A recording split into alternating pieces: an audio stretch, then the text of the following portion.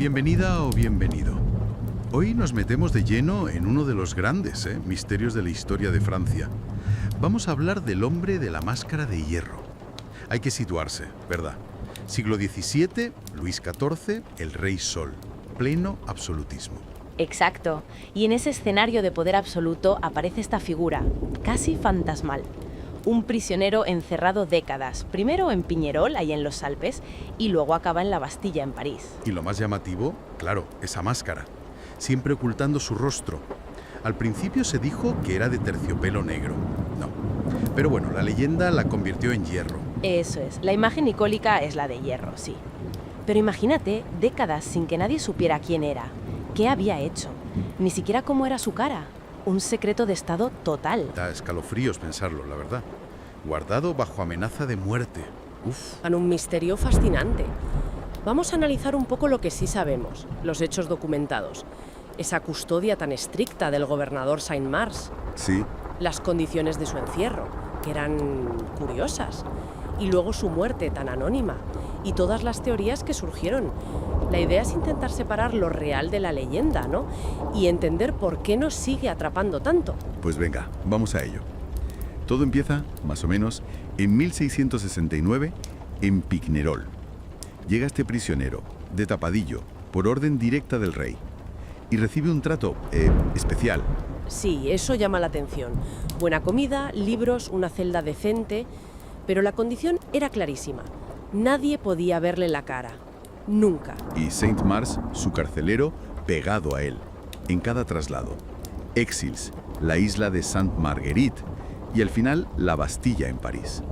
Más de 30 años así. Es increíble. Exacto. Y ahí está el meollo, yo creo. El secretismo era absoluto. Las órdenes eran tajantes. Matar a cualquiera que viera su rostro o que intentara descubrir quién era. ¡Qué barbaridad! Incluso revisaban lo que escribía, si es que escribía algo, y lo destruían si podía dar alguna pista. Esto sugiere algo muy fuerte, ¿no crees? Hombre, claro, que ocultar quién era más importante que el propio prisionero, vivo o muerto. ¿Por qué tanto esfuerzo? ¿Tan peligrosa era su identidad? Precisamente, ocultar su identidad era, parece ser, lo crucial. Para la corona de Luis XIV, donde la imagen, el control, eran todo. Cualquier cosa que oliera amenaza a la legitimidad o revelara secretos incómodos, pues había que borrarla. Y vaya si lo intentaron, al menos mientras vivió. Muere en la Bastilla en noviembre de 1703. Y el protocolo para borrarlo es inmediato. Sí, fulminante, entierro rápido, nombre falso, Marchioli. Queman sus cosas, raspan las paredes de la celda, todo, como si no hubiera existido. Pero claro, el misterio ya estaba sembrado. Exacto. Borras al hombre, pero no la historia. El vacío atrae las teorías. Y aquí entra un personaje clave, Voltaire, que estuvo preso en la Bastilla también años después. Y escucha cosas, ¿no? Entre los muros, los guardias. Eso parece. Y es él quien lanza la teoría más famosa, la más explosiva. La del hermano gemelo. Esa. Sugiere que la máscara era de hierro y que el prisionero era un hermano, quizá gemelo, de Luis XIV. Imagínate la bomba. Atacaba la legitimidad del Rey Sol de frente. Una jugada maestra de Voltaire, en cierto modo. Usar el misterio como arma política. Totalmente.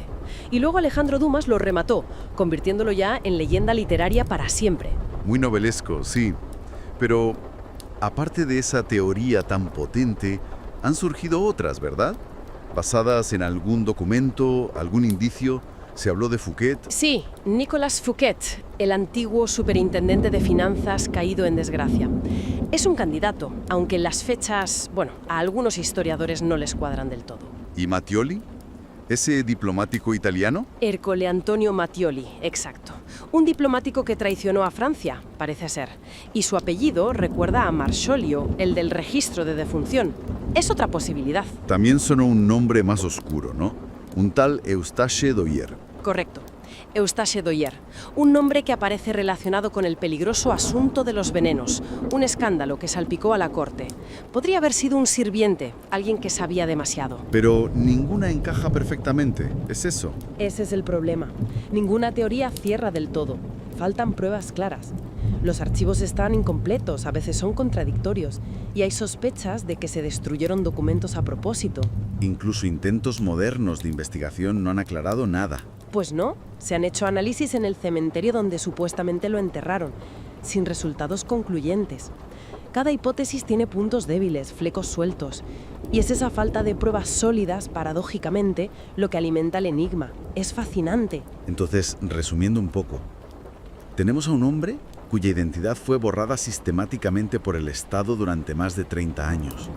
Un prisionero tratado con cierto respeto material, pero condenado al anonimato más absoluto. Y cuya historia, pues, magnificada por la literatura, sigue ahí sin resolverse del todo después de 3 siglos. Quizás nunca lo sepamos, ¿no?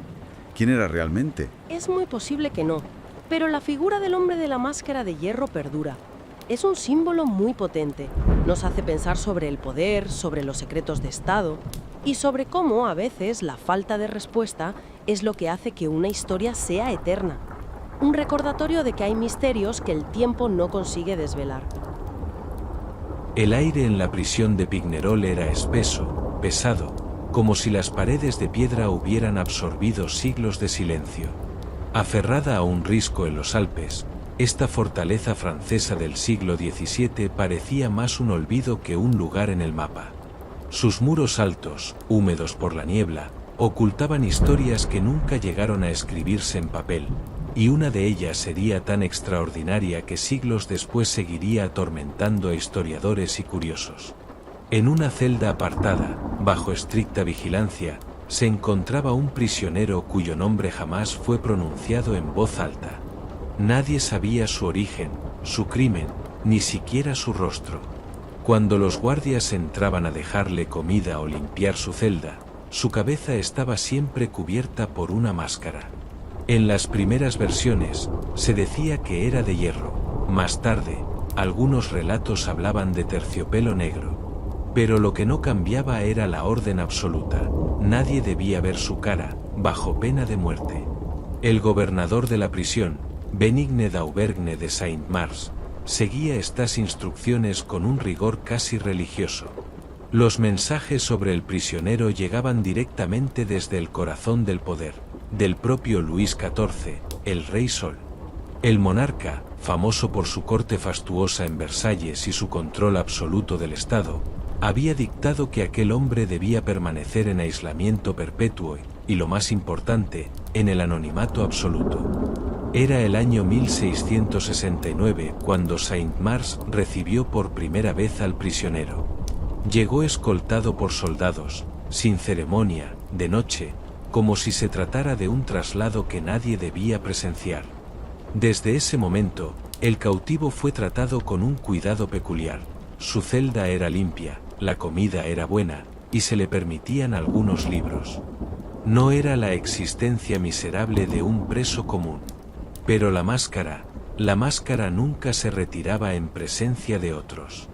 Las órdenes eran tan estrictas que incluso las cartas que el prisionero escribía, porque sí, se le permitía escribir, eran revisadas minuciosamente. Cualquier palabra que pudiera revelar su identidad era eliminada o destruida. El enigma creció con los años, y los guardias, aunque tentados, jamás intentaron averiguar quién se ocultaba tras aquel rostro invisible. El miedo a la ejecución era demasiado real. Fuera de los muros de Pignerol, Francia vivía en un torbellino de intrigas políticas y guerras. Luis XIV estaba en el apogeo de su reinado, controlando nobles y ejércitos con mano firme. Su corte, brillante y despiadada, era un hervidero de chismes y conspiraciones. Y aunque la mayoría de sus súbditos jamás había oído hablar del prisionero enmascarado, en ciertos pasillos oscuros se susurraba que aquel hombre guardaba un secreto capaz de desestabilizar al reino. ¿Era un traidor? ¿Un espía? ¿Un noble caído en desgracia? ¿O, como algunos insinuaban en voz baja, un miembro de la propia familia real? Las posibilidades eran infinitas, y Saint-Mars, disciplinado hasta la médula, no dejaba escapar ni un gesto que pudiera alimentar los rumores. Los años pasaron y el prisionero permaneció invisible. Incluso cuando Saint-Mars fue trasladado a otras prisiones, siempre llevó consigo al hombre de la máscara. Así ocurrió cuando dejó Pignerol y fue destinado a la fortaleza de Exiles, y más tarde a la famosa Bastilla, en París. En cada traslado, la misma rutina: viaje nocturno, escolta armada, máscara siempre colocada. La cadena de silencio nunca se rompía. En la Bastilla, aquella prisión que simbolizaba el poder absoluto del rey, la presencia del prisionero llamó la atención de algunos carceleros veteranos. Su trato era inusualmente respetuoso, casi como si custodiara a un noble. Comía mejor que la mayoría de los reclusos y tenía sirvientes asignados, pero siempre con la condición de que jamás, bajo ninguna circunstancia, miraran su rostro. Finalmente, el 19 de noviembre de 1703, tras décadas de reclusión, el hombre de la máscara murió. Fue enterrado rápidamente bajo el nombre falso de Marchioli. Sus pertenencias fueron quemadas, su celda limpiada, y cualquier documento que pudiera aludir a su verdadera identidad desapareció para siempre. El misterio, sin embargo, no murió con él. Años después, Voltaire, el célebre filósofo y escritor, fue encarcelado en la Bastilla y escuchó a los antiguos guardias hablar del prisionero enmascarado. Fascinado por el enigma, difundió la versión más famosa, que la máscara era de hierro y que el prisionero era, en realidad, el hermano gemelo de Luis XIV. Esta idea incendió la imaginación de Europa y dio pie a leyendas, novelas y películas. Lo cierto es que, siglos después, nadie ha podido confirmar quién fue aquel hombre. Los archivos oficiales son ambiguos, los testimonios contradictorios y las teorías, infinitas. La sombra de aquel rostro oculto sigue proyectándose sobre la historia de Francia, como un recordatorio de que, incluso en una era de reyes absolutos, hay secretos tan profundos que nunca deben salir a la luz. Y así, entre los muros silenciosos de Pignerol y la Bastilla, quedó encerrado no solo un hombre, sino uno de los misterios más duraderos de la historia. Francia, mediados del siglo XVII. Luis XIV, el Rey Sol, gobierna con una autoridad que no tiene rival en Europa. Su corte en Versalles es un teatro de lujo y poder, donde cada gesto, cada palabra y cada vestido son cuidadosamente calculados para reflejar la gloria del monarca. Mientras los jardines y salones de mármol deslumbran a embajadores y visitantes, el reino está sostenido por un sistema de control político que no deja lugar a la disidencia. Luis XIV es un hombre de imagen. Cree firmemente en que el poder del rey debe ser absoluto y que la majestuosidad debe ser visible en todo momento. En este escenario, cualquier rumor, cualquier sombra que pueda empañar la figura real, debe ser controlado o borrado. Y es aquí donde, según muchos historiadores, surge la historia del hombre de la máscara. Las primeras menciones documentadas del prisionero aparecen en cartas y registros oficiales relacionados con la prisión de Pignerol, en 1669. El gobernador de la prisión, Saint-Mars, recibe órdenes directas de custodiar a un prisionero de gran importancia bajo condiciones estrictas. El rey le indica que este hombre nunca debe ser visto sin su máscara y que su identidad debe permanecer desconocida incluso para los carceleros. Lo extraño es que Pignerol no era una prisión común. Era un lugar reservado para reclusos de estatus alto, diplomáticos caídos en desgracia, nobles acusados de traición, espías internacionales. Allí, el aislamiento era la norma y el silencio, obligatorio. La máscara, según documentos de la época, no era de hierro en un principio, sino de terciopelo negro con placas metálicas ligeras que cubrían las facciones sin dificultar la respiración.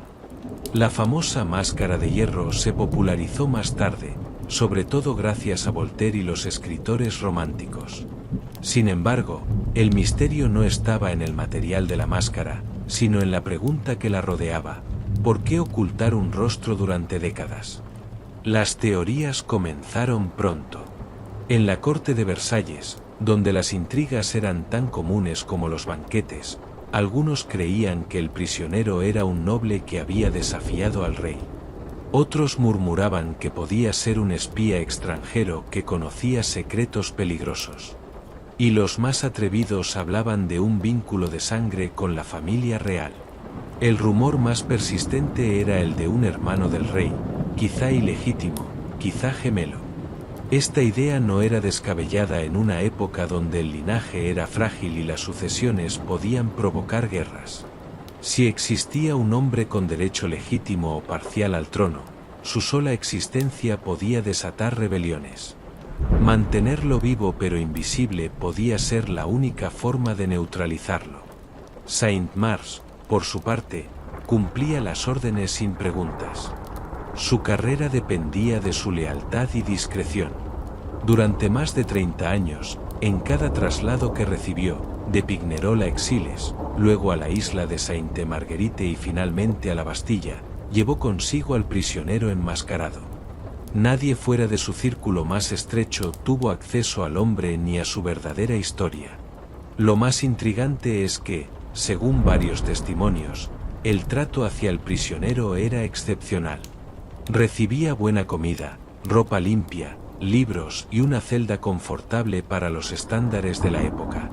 Esto indicaba que no se trataba de un criminal común, sino de alguien cuya vida, por algún motivo, debía preservarse. El rey no quería su muerte, solo su desaparición del mundo. A lo largo de las décadas, algunos sirvientes, guardias y funcionarios cruzaron brevemente sus caminos con él. Un par de ellos, según registros, fueron ejecutados poco después de romper las reglas. Uno habría intentado ayudarle a escapar, otro, simplemente, habría visto su rostro. El mensaje era claro, la identidad del prisionero era más valiosa que cualquier vida. Mientras tanto, Francia cambiaba. Se libraban guerras, se firmaban tratados, nacían y morían figuras en la corte. Pero el hombre de la máscara seguía allí, invisible, atrapado en una celda donde el tiempo se medía no por días o años, sino por el eco constante de su propia respiración. Para 1703, cuando la historia estaba cerca de su final, el misterio ya había adquirido un aura casi sobrenatural. La Bastilla, con sus muros oscuros y torres imponentes, sería el último escenario de esta vida invisible. Allí moriría el prisionero, bajo el nombre falso de Marchioli, y su rastro físico sería borrado. Pero su sombra, esa sombra, nunca se disiparía. La muerte del prisionero en 1703 no puso fin a su historia. Al contrario, la encendió. Lo que antes había sido un secreto cuidadosamente guardado por el Estado francés comenzó a filtrarse en susurros y rumores. Voltaire, años después de su encarcelamiento en la Bastilla, sería el primero en dar forma literaria al misterio, afirmando que el prisionero no solo llevaba una máscara de hierro, sino que era nada menos que el hermano gemelo de Luis XIV. La idea era explosiva. Si el rey tenía un gemelo, la legitimidad de toda la monarquía quedaba en entredicho. Pero, ¿de dónde surgían estas teorías? Los documentos oficiales, escasos y deliberadamente confusos, apenas dejaban entrever pistas. Los registros de la prisión eran vagos, y muchos fueron destruidos o alterados. Aún así, los historiadores han rastreado varias hipótesis. La teoría del hermano gemelo es la más famosa y la más romántica. Voltaire la popularizó, y la literatura posterior, como la novela de Alexandre Dumas El vizconde de Bragelonne, la convirtió en leyenda. Según esta versión, la reina Ana de Austria, esposa de Luis XIII, habría dado a luz a gemelos. Por temor a disputas dinásticas, uno de ellos habría sido ocultado y criado en secreto. Años después, descubierto por conspiradores que querían derrocar a Luis XIV, fue arrestado y condenado a un encierro perpetuo.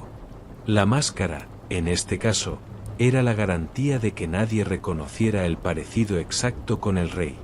Históricamente, esta teoría es débil. No hay registros médicos ni testimonios contemporáneos que sugieran un parto doble. Sin embargo, Su fuerza está en lo que simboliza, un secreto familiar tan grave que el propio Estado preferiría encadenarlo de por vida antes que admitirlo. El traidor de alto rango. Otra posibilidad es que el prisionero fuera un ministro o un general que había traicionado al rey. Francia, en la época de Luis XIV, libraba guerras constantes y se enfrentaba a redes de espionaje extranjeras. Algunos nombres han sido sugeridos, como Nicolas Fouquet, un poderoso superintendente de finanzas que cayó en desgracia. Fouquet, sin embargo, murió oficialmente en 1680, aunque algunos creen que fue reasignado a un encierro más secreto. El diplomático incómodo. También se ha propuesto que el hombre fuera un enviado extranjero capturado durante negociaciones delicadas. Si el diplomático poseía información comprometedora sobre la corona, mantenerlo vivo pero aislado podía ser más útil que ejecutarlo.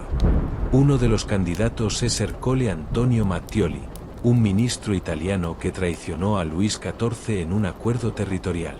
Curiosamente, el nombre falso Marchioli con el que fue enterrado el prisionero recuerda al apellido de Mattioli, aunque las fechas y detalles no encajan del todo. Un espía que sabía demasiado. En la Francia del siglo XVII, el espionaje era un arte peligroso. La corte estaba infestada de informantes, y cualquier palabra mal colocada podía costar la vida. Si el prisionero había descubierto secretos de Estado, o peor, secretos personales del rey, su captura silenciosa sería comprensible. La máscara, en este caso, no sería para ocultar un parecido físico, sino para asegurarse de que ningún enemigo pudiera identificarlo o rescatarlo. Un miembro ilegítimo de la familia real. Entre las hipótesis más discretas está la de que el prisionero fuera hijo ilegítimo de algún miembro importante de la familia real, quizás del propio Luis XIV o de su padre. Un hijo no reconocido pero con posibles derechos al trono sería una amenaza directa para la sucesión. Mantenerlo vivo pero invisible impediría que reclamara nada. Cada una de estas teorías se apoya en fragmentos dispersos, una carta encontrada, un testimonio oral, un nombre que aparece y desaparece en los archivos. Pero ninguna logra encajar todas las piezas. Y esa falta de certeza es, quizá, lo que alimenta la fascinación. Lo que sí sabemos con seguridad es que el prisionero fue trasladado varias veces, de Pignerol a Exiles, luego a la isla de Sainte-Marguerite y finalmente a la Bastilla.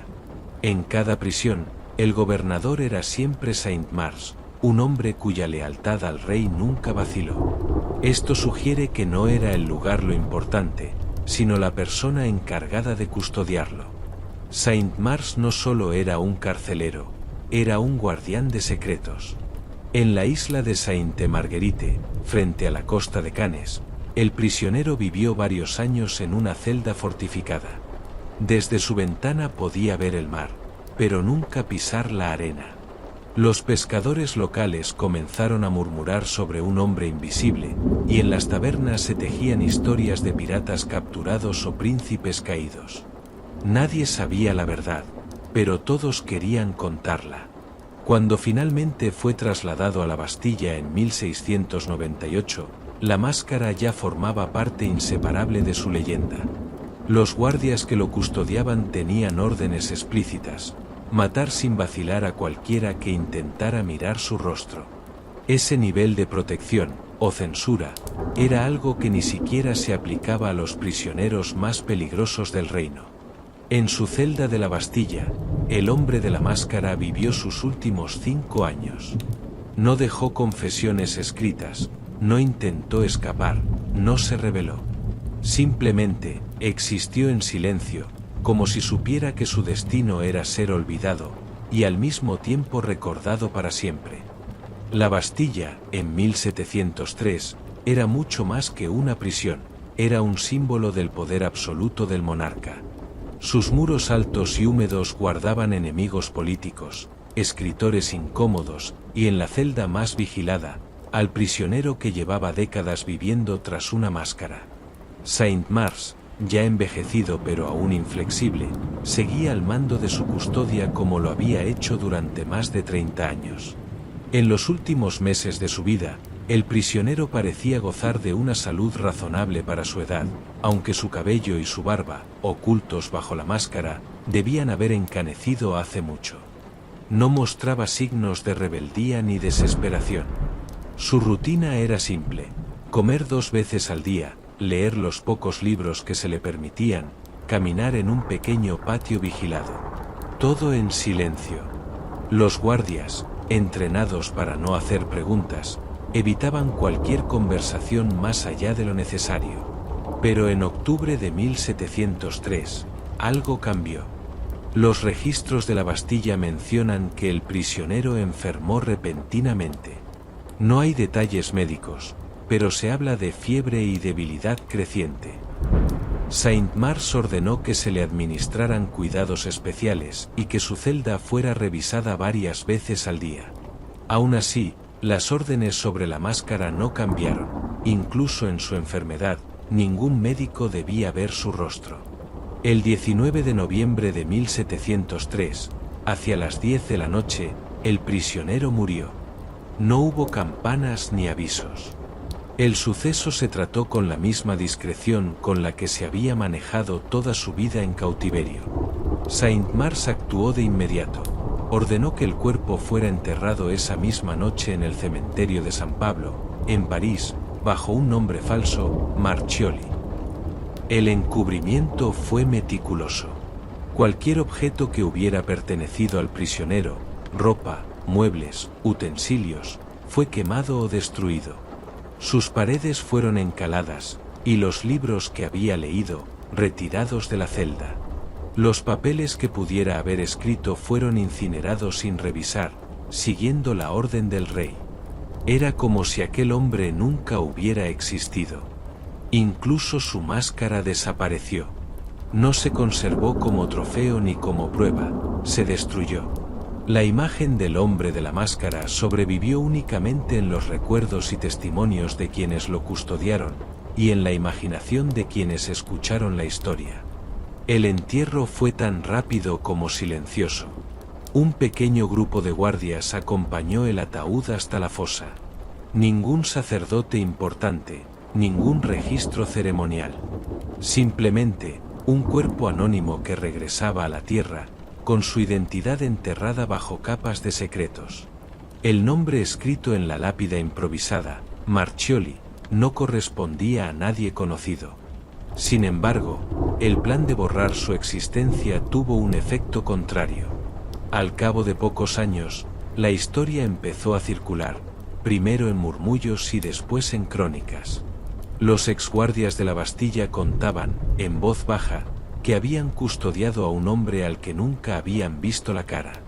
Algunos exageraban diciendo que la máscara era de hierro macizo, otros, que estaba fijada con cerraduras. En todas las versiones, el misterio crecía. Cuando Voltaire fue encarcelado en la Bastilla en 1717, casi 15 años después de la muerte del prisionero, escuchó las historias directamente de los veteranos de la guardia. Fascinado, las repitió y las adornó, añadiendo la idea de que el cautivo era hermano del rey. La teoría encajaba perfectamente con el espíritu crítico y antimonárquico de la época, y muy pronto se convirtió en una leyenda popular. Pero lo más inquietante es que, en ciertos archivos dispersos, aparecen rastros de un plan consciente para destruir toda huella del prisionero. El propio registro de su muerte en la Bastilla es inusualmente breve, apenas unas líneas sin detalles. No hay descripciones físicas, no hay causa oficial de muerte, no hay testigos externos. Y este vacío documental, más que cualquier dato concreto, es lo que ha mantenido vivo el misterio. En los años posteriores, la Bastilla continuó siendo un lugar temido, y la figura del hombre enmascarado se convirtió en símbolo de los secretos más oscuros del poder real. Era, al mismo tiempo, una advertencia y una fascinación. Si la monarquía podía encerrar a un hombre para siempre y borrar su rastro, ¿qué otras verdades podían desaparecer de la historia? Así terminó la vida del prisionero, pero no su historia. Porque en el momento en que su celda quedó vacía y su cuerpo se perdió bajo un nombre falso, comenzó a vivir para siempre en la imaginación de quienes aman los enigmas imposibles. La muerte del prisionero en 1703 pudo haber sido el final de una historia oscura y secreta, pero, irónicamente, fue el inicio de una leyenda que atravesaría siglos. El misterio sobrevivió porque estaba diseñado para sobrevivir. Cuanto menos se sabía, más se especulaba. En el París del siglo XVIII, en las tabernas, salones y cafés, el tema del homme au masque de fer se colaba en conversaciones susurradas, cargadas de intriga. Fue Voltaire quien, décadas después, le dio al mito su forma más conocida. En 1751, en su obra Le siècle de Louis XIV, incluyó una breve pero impactante referencia a un prisionero que siempre llevaba una máscara de hierro y que gozaba de un trato inusualmente digno. Voltaire afirmó que el hombre no era un criminal común, sino un personaje de importancia cuyo rostro debía permanecer oculto. Y, en una frase que encendió la imaginación europea, sugirió que el prisionero era hermano mayor del rey, encarcelado para preservar el trono de Luis XIV. En una época en la que la monarquía francesa proyectaba una imagen de perfección y orden, esta insinuación era dinamita. La idea de un hermano secreto, posiblemente gemelo, resonaba con fuerza en un pueblo que empezaba a cuestionar el poder absoluto.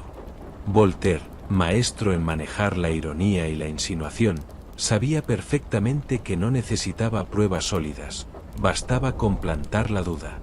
El siglo XIX llevó la historia a nuevas alturas gracias a Alexandre Dumas. En El Vizconde de Bragelonne, tercera parte de Los Tres Mosqueteros, Dumas narró una versión novelada en la que el prisionero enmascarado era el hermano gemelo de Luis XIV, encerrado para evitar una guerra civil. La imagen de la máscara, ahora de hierro sólido y cerrada con cerrojos, quedó grabada para siempre en la imaginación popular. El drama, la traición familiar y la opulencia de la corte hacían de esta historia una perfecta trama de aventuras. A partir de ahí, el hombre de la máscara de hierro se convirtió en un personaje recurrente en el arte, la literatura y, más tarde, el cine. Su misterio encajaba en cualquier género. Podía ser tragedia, intriga política, romance o incluso terror.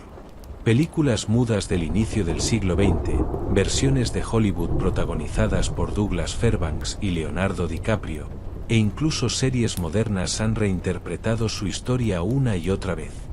El mito también tuvo un uso político. Durante la Revolución Francesa, los revolucionarios lo presentaron como un ejemplo de la opresión real, un hombre encerrado de por vida, sin juicio, sin derechos y sin siquiera una identidad reconocida. En panfletos y discursos, el prisionero enmascarado era mostrado como símbolo de todo lo que debía ser destruido con la caída de la monarquía. Pero más allá de las leyendas, la historiografía del siglo XIX y XX intentó desentrañar el caso. Investigadores revisaron archivos, cartas y registros de prisiones. La teoría de que el prisionero era Ercole Antonio Mattioli, el diplomático italiano traidor, ganó algo de terreno, ya que el nombre falso Marchioli se parecía al suyo. Otros estudios sugirieron que podría tratarse de Eustache Dauger, un sirviente implicado en un escándalo de corrupción y espionaje que involucraba a altos cargos del reino. Sin embargo, ninguna hipótesis logró cerrar el círculo. Lo curioso es que, en todos los análisis, el detalle de la máscara se mantiene. Ya sea de hierro o de terciopelo, real o inventada, la máscara es el corazón de la historia. Más que un objeto físico, es un símbolo. Representa la identidad arrebatada, el silencio impuesto y el control absoluto del poder sobre la vida de un individuo. En la cultura popular, la figura del prisionero anónimo y enmascarado trasciende su contexto histórico. Es la encarnación de todos los secretos que el poder esconde, de las verdades que nunca conoceremos. Cada generación ha proyectado sus propios miedos y fantasías sobre él. Para unos, fue un príncipe caído. Para otros, un espía silenciado. Para otros, simplemente un hombre que vio o supo algo que no debía. Más de 3 siglos después, lo cierto es que seguimos sin saber su nombre, y quizás por eso seguimos hablando de él. Si algún día apareciera un documento definitivo que revelara su identidad, tal vez perderíamos parte de la fascinación. Porque en el fondo, lo que nos atrapa no es tanto quién fue, sino que hubo un tiempo en que un hombre pudo vivir y morir sin que nadie supiera jamás quién era. En pleno siglo XXI, la figura del hombre de la máscara de hierro sigue rondando como un fantasma por los pasillos de la historia. Historiadores, novelistas y aficionados a los misterios han intentado, una y otra vez, desentrañar su identidad.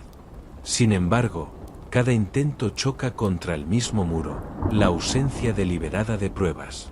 Lo que sobrevivió al paso del tiempo no es la verdad, sino la sombra de lo que fue cuidadosamente ocultado. Los archivos nacionales de Francia contienen referencias fragmentarias, órdenes de traslado firmadas por el propio Luis XIV, notas del gobernador Saint-Mars y escasos registros de suministros para el prisionero especial. Pero estos documentos están redactados con una frialdad que roza lo mecánico, como si fueran diseñados para no revelar nada. No hay descripciones físicas, no hay pistas directas, solo una insistencia en el protocolo, aislamiento absoluto, silencio, máscara siempre puesta. Las investigaciones modernas han intentado cruzar estas piezas con otras fuentes. En 1965, el historiador francés Paul Sonnino defendió que el prisionero pudo ser Eustache d'Auger, un criado involucrado en el asunto de los venenos, una red de conspiraciones, asesinatos y magia negra que sacudió la corte de Luis XIV. Según esta hipótesis, d'Auger habría sabido demasiado sobre intrigas que comprometían a altos cargos, y mantenerlo oculto habría sido la única manera de proteger a la corona. Otros estudios apuntan a Ercole Antonio Mattioli, el ministro italiano que traicionó al rey en la negociación de la fortaleza de Casale Monferrato. Capturado y encarcelado en Pignerol, Mattioli desapareció oficialmente de los registros, justo cuando el misterioso prisionero apareció. El parecido entre el nombre Marchioli y Mattioli ha alimentado esta teoría, aunque hay discrepancias en fechas y descripciones. Incluso ha habido intentos científicos. En 2015, un equipo de investigadores de la Universidad de París analizó los restos de varios enterramientos de la época en el cementerio de San Pablo, buscando coincidencias con el perfil de edad y altura estimado del prisionero. No encontraron pruebas concluyentes. El cuerpo del hombre de la máscara, si aún existe, podría haber sido movido, mezclado con otros restos o destruido. Más allá de los nombres y las hipótesis, el misterio sobrevive porque toca fibras profundas en nuestra imaginación.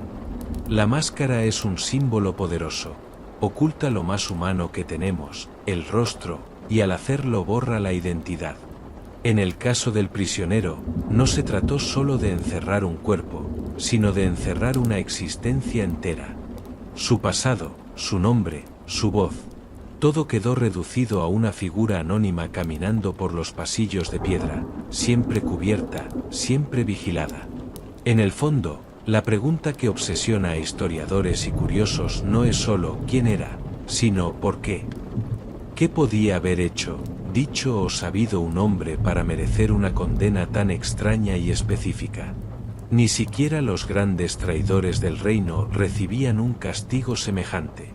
Esto sugiere que lo que estaba en juego no era un crimen común, sino algo tan delicado que, si se hubiera hecho público, habría puesto en riesgo el equilibrio mismo del poder en Francia. Con el tiempo, el mito del hombre de la máscara de hierro ha dejado de pertenecer solo a la historia francesa.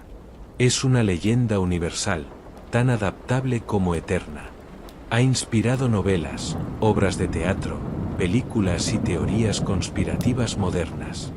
En la cultura popular, es el arquetipo del prisionero secreto, del individuo reducido a una incógnita viviente. Quizá la verdad se encuentre perdida para siempre. Tal vez algún día, en un archivo olvidado o en una excavación imprevista, aparezca una carta o un registro que revele la identidad del prisionero. Pero incluso si ese momento llegara, es posible que muchos prefirieran conservar el misterio. Porque la fuerza de esta historia está precisamente en lo que no sabemos. A más de 3 siglos de su muerte, el hombre de la máscara de hierro sigue caminando, invisible y silencioso, por la memoria colectiva. Entre las sombras de la Bastilla, en las húmedas celdas de Pignerol o mirando el mar desde la isla de Sainte-Marguerite, su figura se alza como un recordatorio inquietante, que incluso en las épocas más brillantes, en los palacios más lujosos y bajo los reyes más poderosos, hay secretos tan peligrosos que no pueden mostrarse jamás. Y así, con su identidad intacta y su silencio perpetuo, el hombre de la máscara de hierro ha conseguido lo que pocos logran: vivir para siempre. No en carne y hueso, sino en el territorio inmortal de las leyendas.